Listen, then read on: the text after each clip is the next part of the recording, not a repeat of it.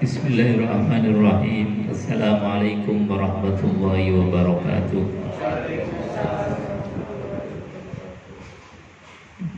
Bismillahirrahmanirrahim. Nahmaduhu wa nasta'inuhu wa nastaghfiruh wa na'udzu billahi min syururi anfusina wa sayyiati a'malina.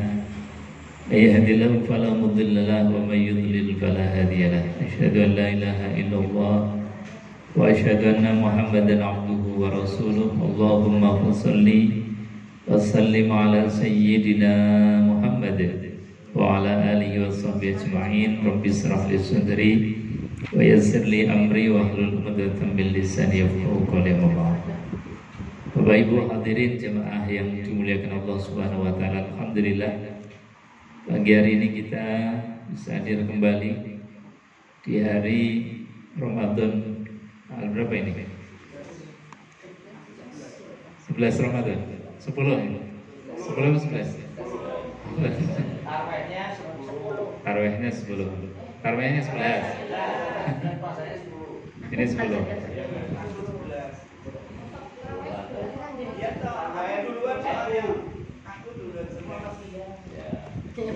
Udah dulu gitu. Alhamdulillah. Berarti ganjarannya lu ya akeh.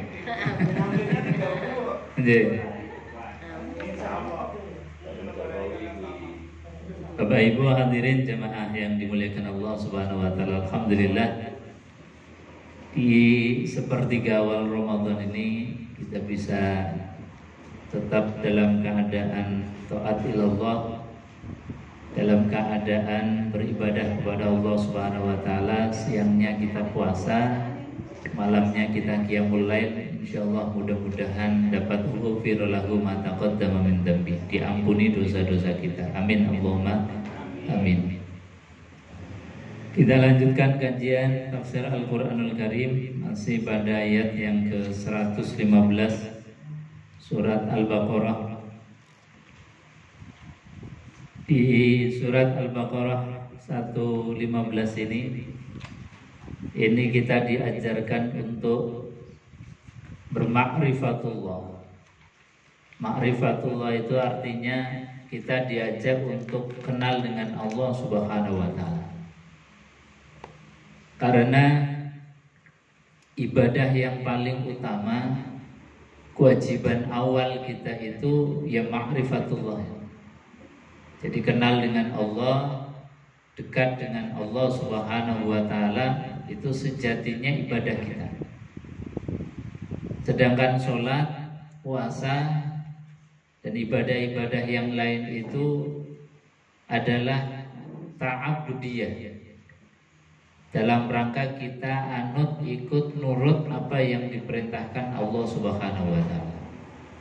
Tapi tidak ada artinya kita puasa, tidak ada artinya kita sholat dan ibadah yang lain ketika kita belum bermakrifatullah, kenal dengan Allah Subhanahu wa taala. Maka dalam kitab-kitab tauhid itu pelajaran yang awal pertama kali diajarkan oleh ulama itu awwalu wajibil 'alal insani ma'rifatul ilah bistiqoni. Kewajiban pertama manusia itu ma'rifatul ilah, kenal dengan Allah Subhanahu wa taala. Bistiqoni, dengan seyakin-yakinnya, dengan sedetail-detailnya. Nah, di ayat yang 115 ini kita diajak untuk mengenal Allah Subhanahu wa taala. Siapa Allah itu? Di ayat ini Allah sampaikan Allah adalah walillahi al-masyriqu wal maghrib fa aina ma tuwallu fa thamma wajhullah.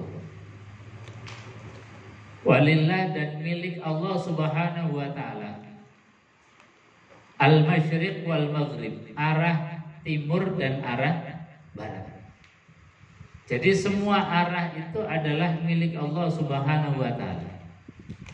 Makanya di dalam ayat yang lain Allah sampaikan wa huwa ma'akum ainama kuntum, dan dialah Allah Subhanahu wa taala ma'akum, yang selalu membersamai kalian, membersamai kita.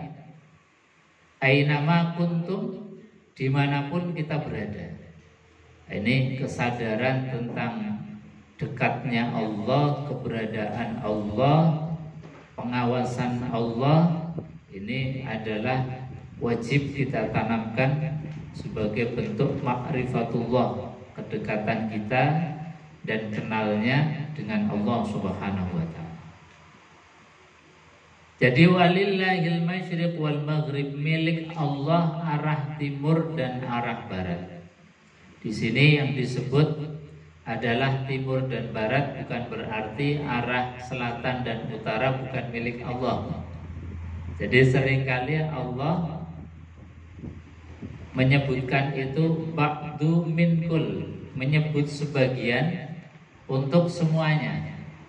Jadi bukan berarti kemudian Allah kan hanya punya arah timur dan arah barat, berarti selatan dan utaranya ini milik Nyi Roro Kidul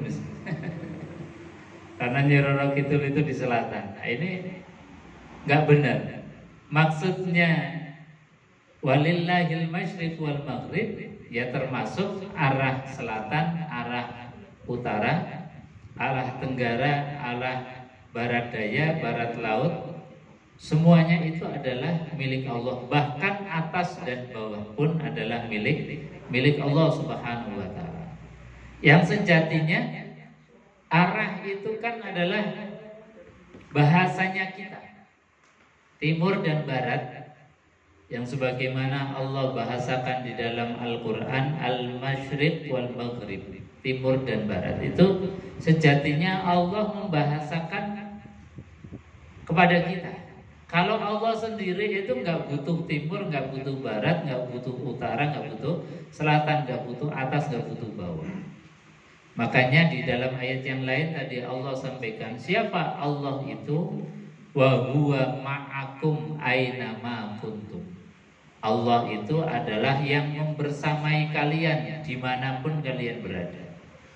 Kita sekarang di sini yang Allah membersamai kita, di rumah yang membersamai kita, ketika di kantor yang membersamai kita.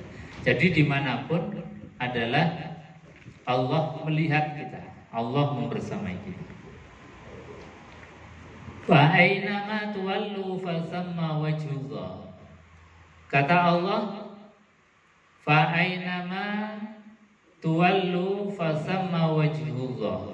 Kemanapun kamu menghadap, disitulah sebetulnya wajhullah, wajah Allah. Wajah Allah ini kalau dalam makna ulama-ulama ahlus sunnah wal jamaah itu harus ditakwil. Takwil itu memalingkan makna dari makna yang tersurat. Jadi yang tersurat itu kan wajah. Nah, kalau wajah kemudian kita kadang-kadang mempersepsikan Allah punya wajah seperti wajahnya kita. Ini artinya nanti bertabrakan dengan Allah itu punya sifat mukhalafatu lil hawadis. Allah itu berbeda dengan makhluk. Makanya kemudian dalam makna-makna ayat-ayat yang seperti ini itu ditakwilkan.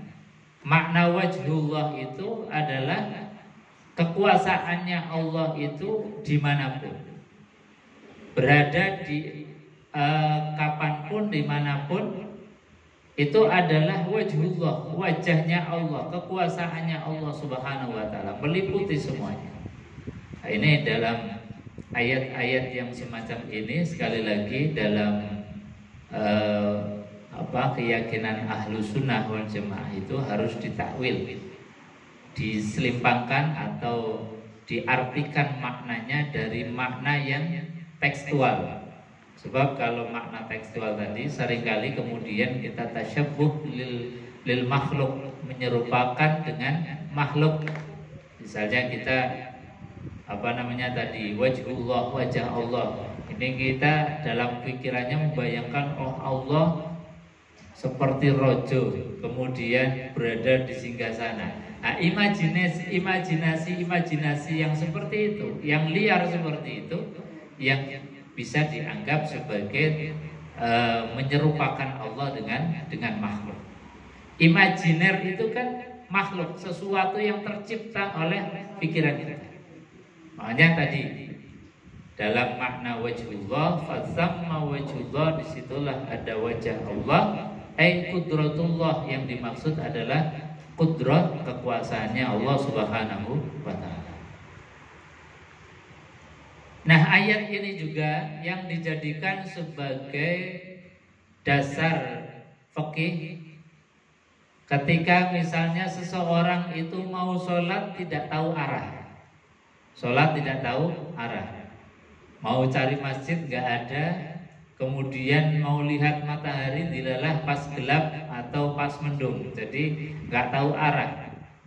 Misalnya kita di tempat-tempat tertentu atau bahkan mungkin pas waktu camping juga tidak punya bawa kompas, tidak tahu arah. Nah, dalil ini atau ayat ini menjadi dalil. Dalilnya apa? Fa aina ma tuwallu fasamma wajhullah, maka kemanapun kalian menghadap, fasamma wajhullah, disitulah wajah Allah atau menjadi kiblatnya kita ketika tidak tahu arah. Yang penting kita yakin bismillah, sana arah kiblatnya. Maka ketika kita ini kemudian sudah yakin, ya sudah, itu menjadi kiblatnya kita. Kita sholat, meskipun mungkin secara hakikatnya kita mengukuri kiblat, barangkali begitu. Dan ketika misalnya ada orang yang memberitahukan kita bahwasanya sholatnya ini salah menghadap arah, maka kita harus mengulangi lagi ketika ada yang memberitahu. Nah, ini di dalam tata cara fikihnya begitu. Tapi kalau tidak ada yang memberitahu, tidak ada yang menginformasikan, kemanapun kita menghadap ketika sholat yang kita tidak tahu arah, maka sholatnya menjadi sah. Nah, ini dalilnya Allah sampaikan, walillahil masyriq wal maghrib fa aynama tuwallu fasamma wajhullah. Karena kemanapun kalian menghadap, disitulah wajah Allah. Jadi kita bisa sholat menghadap ke arah manapun dalam keadaan kita tidak tahu arah kita. Itu. Juga dalam ayat yang lain misalnya, lantanalul birra laisal birra an tuwallu wujuhakum qibalal masyriq wal maghrib walakinnal birra man amana billah. Laisal bir, tidaklah termasuk kebaikan, antuwallu wujuhakum qibalal masyriq wal maghrib, kalian beribadah menghadap ke arah timur atau barat. Jadi bukan arah timur atau arah baratnya, bukan Ka'bah atau Baitullahnya. Sebetulnya bukan itu kata Allah. Tapi taatnya kita, tunduknya kita kepada apa yang diperintahkan Allah, lah itu. Ketika Allah menyuruh kita sholatnya menghadap kiblat, maka kita bukan menyembah kiblatnya, menyembah Ka'bahnya, tapi kita taat terhadap apa yang diperintahkan Allah Subhanahu wa ta'ala. Qad nara taqalluba wajhika fis sama falanwalliyannaka qiblatan tardaha fawalli wajhaka syatral masjidil haram wa haitsu ma kuntum fawallu wujuhakum syatrah wa innal ladzina utul kitaba la ya'lamuna annahu al-haqqu min rabbihim wa ma Allahu bighafilin amma ya'malun wa min haitsu kharajta fawalli wajhaka syatral masjidil haram. Jadi ketika kita diperintahkan untuk menghadapkan ke arah Masjidil Haram, sebagaimana doanya Rasulullah Shallallahu Alaihi Wasallam, itu Nabi itu kan berdoa saking seriusnya sampai doanya diabadikan dalam Al-Quranul Karim. Qad nara taqalluba wajhika fis sama. Sungguh kata Allah, aku melihat wajahmu menengadah ke atas. Berdoa kepada Allah Subhanahu wa ta'ala agar kiblatnya itu dibalikan lagi, dikembalikan lagi kepada kiblat yang awal. Yang dulu di awal Nabi itu perintah sholat, itu kiblatnya ke Masjidil Aqsa. Maka Nabi SAW ingin sekali kiblatnya itu kembali lagi ke Baitullah. Jadi Kiblat itu bukan masalah Masjidil Aqsa atau Masjidil Haram atau Ka'bahnya, tetapi kata Allah adalah ketaatan dan ketundukannya kita atas perintahnya. Nah, ini yang menjadi dalil juga ketika kita misalnya dituduh oleh orang-orang non-muslim misalnya, itu orang Islam juga menyembah batu. Nyatanya kiblatnya ke arah Ka'bah. Ka'bah itu batu, berarti dia menyembahnya Ka'bah atau batu. Nah, ini kita bisa ngasih jawaban bahwasanya bukan masalah arah timur dan arah barat, bukan masalah Ka'bah di Masjidil Haram atau Masjidil Aqsa di Palestina, bukan itunya.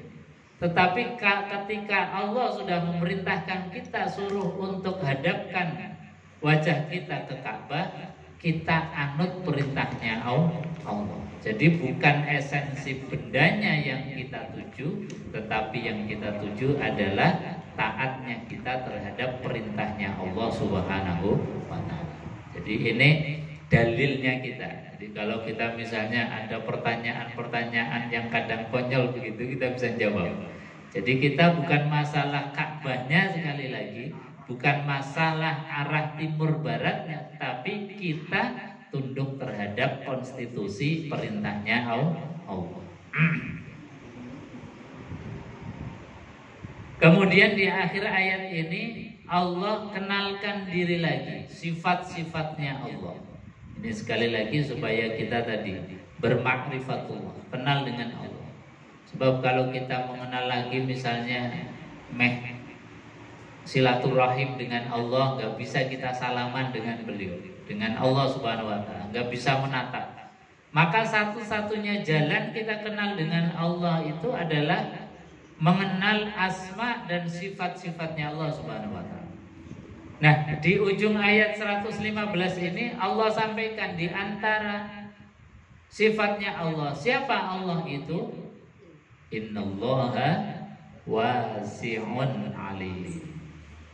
Innallaha, sesungguhnya Allah Subhanahu wa ta'ala itu adalah wasi'un, zat yang maha luas. Luasnya tanpa batas, luasnya tanpa jarak. Jadi kita di dalam memahami luasnya Allah, jangan kemudian kita memahami luas dalam konteks kacamata pandang pikiran manusia. Kalau manusia, Pak Dwi kalau mengukur luasnya hutan itu dengan meter, dengan kilometer, itu luasnya dalam pandangan kacamata manusia. Kalau kita mengukur apa, itu dengan penggaris, dengan ukuran atau dengan alat ukur yang lain. Tapi wasi'un, sifat luasnya Allah itu tak meliputi apa-apa, tanpa adanya ruang dan waktu. Ini wasifnya Allah. Jadi wasi'un, zat yang maha luas. Ini berarti maknanya juga tak terbatas. Luasnya ini tidak bisa didefinisikan karena tanpa ada wujud. Alimun, dan juga Allah punya satu sifat yaitu alim, zat yang maha mengetahui. Dalam makna alim disampaikan oleh Allah Subhanahu wa ta'ala di dalam ayat atau surat Ali Imran ayat 5. Allah sampaikan, innallaha la yakhfa 'alaihi syai'un fil ardi wala fis sama. Innallaha, sesungguhnya Allah, la yakhfa 'alaihi syai'un, tidak ada yang samar sekali bagi Allah sesuatu apapun. Jadi bagi Allah itu cetha-welo-welo, sangat jelas tampak. Fil ardi wala fis sama, baik di bumi maupun di langit. Jadi tidak ada yang tersembunyi. Bahkan di dalam surat Al-Fajr Allah sampaikan, inna rabbaka labil mirsad, sesungguhnya Tuhanmu itu benar-benar maha mengawasi kita. Jadi labil mirsad, mirsad itu pengawasan yang jeli, pengawasan yang teliti. Ya'lamu kha'inatal 'ain wa ma tukhfis sudur. Mengetahui yang tersurat maupun yang tersirat, yang sudah tampak zahir maupun yang masih terbersit di dalam hati kita. Itu Allah Subhanahu wa taala tahu semua. Meskipun pasangan hidup kita nggak tahu, tapi Allah Maha tahu apa yang tersirat di dalam hati. Itu saking alimnya Allah atau saking mengetahuinya Allah, yang detail-detail yang tersembunyi saja itu tahu tentang apa yang menjadi perilakunya makhluk. Nah, gambarannya Allah zat yang mencipta, Al-Khaliq. Kenapa mengetahui semuanya? Ya karena yang membuat. Seperti misalnya ada seorang tukang, misalnya ada tukang yang bangun pondok ini, kemudian ngomong bahwa di sudut pojok, pilar pojok itu ada di dalamnya palu misalnya. Dia ngomong gitu karena dia pelakunya, dia yang membuat, jadi tahu. Kalau kita kan nggak percaya, masa dalam pilar itu ada palu.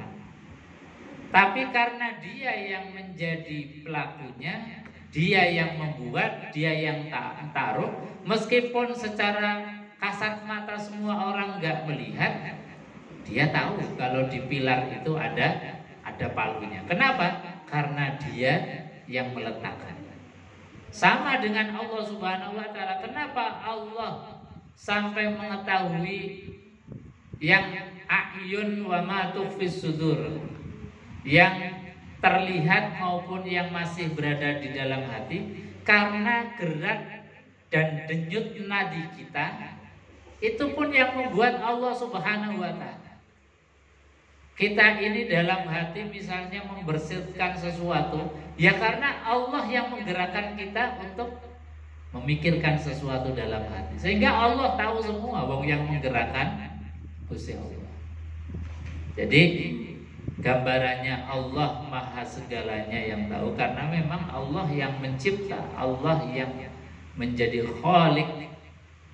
Maka Khaliq pasti tahu semuanya akan sesuatu yang diciptakan. Nah ini, karena Allah ini Maha tahu dalam gerak-gerik yang zahir maupun yang batin, ini menjadikan kita kemudian tidak ada yang tersembunyi dari pandangan Allah. Maka rasanya kemudian ketika kita mau berbuat jelek, harusnya ada rasa malu, khawatir, kemudian rasa tidak enak kepada Allah, malu kepada Allah, sehingga muncul sifat yang namanya takwa.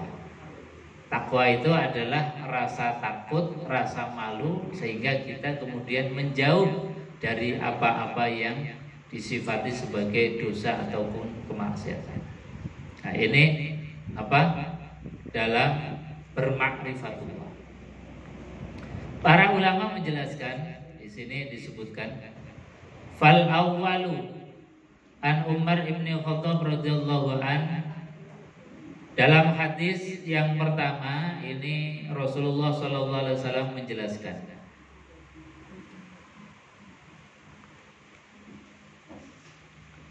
bainama nahnu inda Rasulillah sallallahu alaihi wasallam zata yaumin. Ini menjelaskan bagaimana Rasulullah sallallahu alaihi wasallam ketika diajari oleh malaikat Jibril. Jadi malaikat Jibril itu datang kepada Rasulullah sallallahu alaihi wasallam minta diajarkan Islam, iman dan ihsan. Yang sejatinya malaikat Jibril itu mau mengajarkan kepada kita, tetapi melalui baginda Rasulullah sallallahu alaihi wasallam dengan metode beliau yang tanya, malaikat yang tanya. Jadi kadang-kadang kita ini tidak selamanya pengen tahu, tetapi tidak selamanya kita mengajarkan dengan cara langsung, tapi kadang-kadang mengajarkan dengan cara bertanya terlebih dahulu. Ini adalah cara dan metodologi dakwah dalam level yang sama-sama. Jadi misalnya kita sama-sama sepuh, sama-sama punya pengaruh gitu. Itu dalam hal bertanya, itu dalam hal mengajarkan, itu dengan cara tanya. Malaikat Jibril mau mengajarkan kepada Nabi Muhammad, tetapi tidak langsung dengan mengajarkan. Itu kan seperti ada kelas guru dan kelas murid. Ada kelas yang tinggi, kelas yang rendah. Tapi malaikat Jibril memposisikan dengan ketawaduannya, seolah-olah dia tidak tahu, kemudian datang kepada Rasulullah dalam hadis yang panjang ini. Datang dengan menyerupai manusia berpakaian serba putih, dengan wajah yang ganteng, kemudian hadir di hadapan Rasulullah, duduk dan menempelkan lutut beliau dengan lututnya baginda Rasulullah sallallahu alaihi wasallam. Kemudian nanya kepada baginda Rasul, "Fa'akhbirni 'anil Islam." Wahai Rasulullah, ajarkanlah kepadaku tentang Islam. Ini sebetulnya dalam dunia pedagogis pengajaran yang paling bagus itu seperti itu. Jadi tawadhu. Kita sebetulnya mau mengajarkan, tetapi seolah-olah kita nggak tahu. Ini cara yang luar biasa bijak. Misalnya lagi dicontohkan oleh cucunya Rasulullah SAW. Ketika ada Arab Badui yang mau wudu, ini nggak pinter, urutannya salah. Sementara cucunya Rasulullah Hasan dan Husain mau mengajari pekewu. Karena apa? Masa anak kecil ngajari wong tua. Nah, ini kan pekewu. Makanya ketika Arab Badui ini berwudu, Hasan Husain ini kemudian berwudu di sebelahnya dengan wudu yang salah. Kemudian kakaknya ini membenarkan adiknya, "Dek, wudunya salah. Yang benar begini loh, Dek, urutannya." Nah, si Badui tadi yang wudu di sebelahnya Hasan dan Husain akhirnya tahu loh, berarti tahu tadi wudu saya itu salah urutannya. Ternyata urutan yang benar seperti yang diajarkan oleh Hasan dan Husain tadi. Akhirnya luar biasa diceritakan kepada baginda Rasulullah SAW. Ternyata Hasan Husain ini anak kecil tapi mengajarkan dengan begitu bijaksana.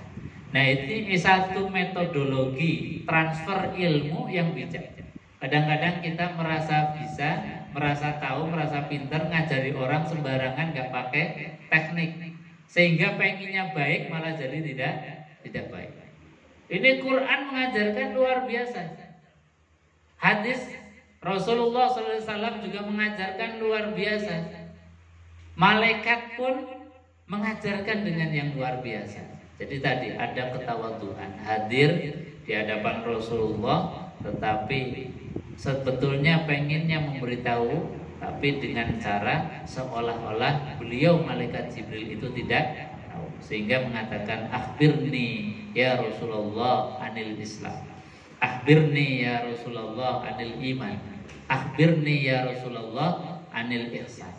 Nah, ini sekali lagi bukan hanya kita diajarkan tentang Islamnya, imannya, ihsannya, tapi bagaimana tadi metodologi penyampaian yang luar biasa.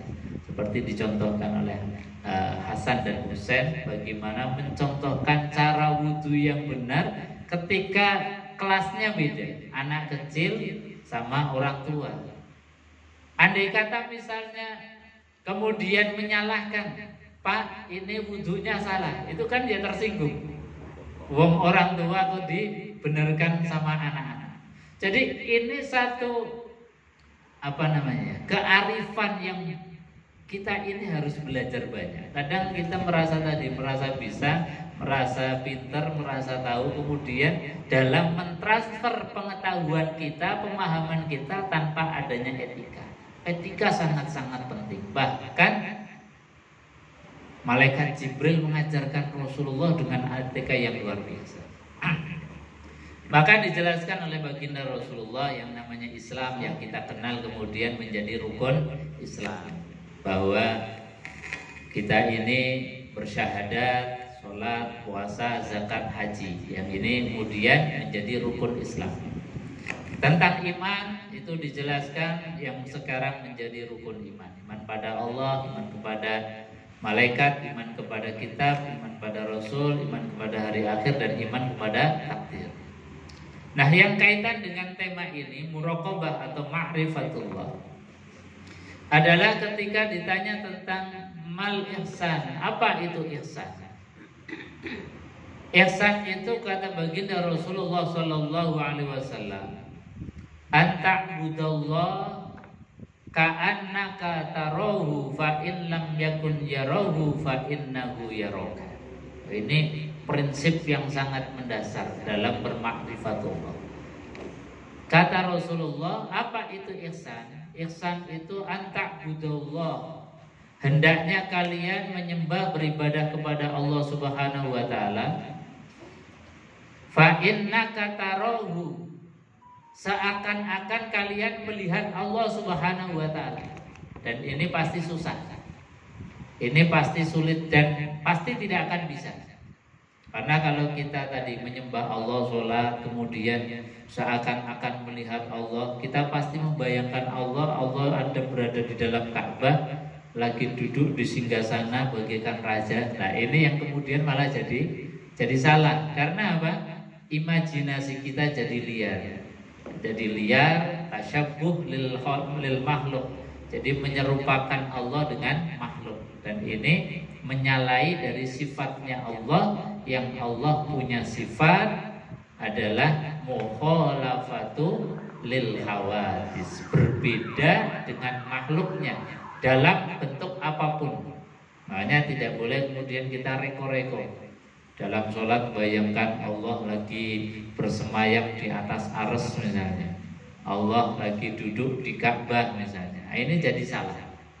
Makanya ketika hal ini sesuatu yang susah dan mustahil kita lakukan, maka cukup kata Rasulullah sallallahu alaihi wasallam, fa in lam yakun tarahu fa innahu yaraka. Jika kalian tidak mampu melihat Allah Subhanahu wa taala, maka yakinilah Allah melihat kita. Nah, ini saya kira menjadi patokan kita. Kita cukup dalam ibadah merasa diawasi Allah. Dalam setiap kesempatan diawasi Allah. Kita lagi ngaji, Allah mirsani. Kita lagi sholat, Allah melihat. Dalam bentuk apapun dilihat oleh Allah, sehingga apa? Kita menjadi orang baik terus. Minimal ketika kita salah, merasa malu, kemudian lekas kembali kepada Allah. Tubu ilallahi taubatan nasuha. Kembali kepada relnya yang benar. Nah, ini makna daripada makrifatullah. Jemaah yang dimuliakan Allah Subhanahu wa taala,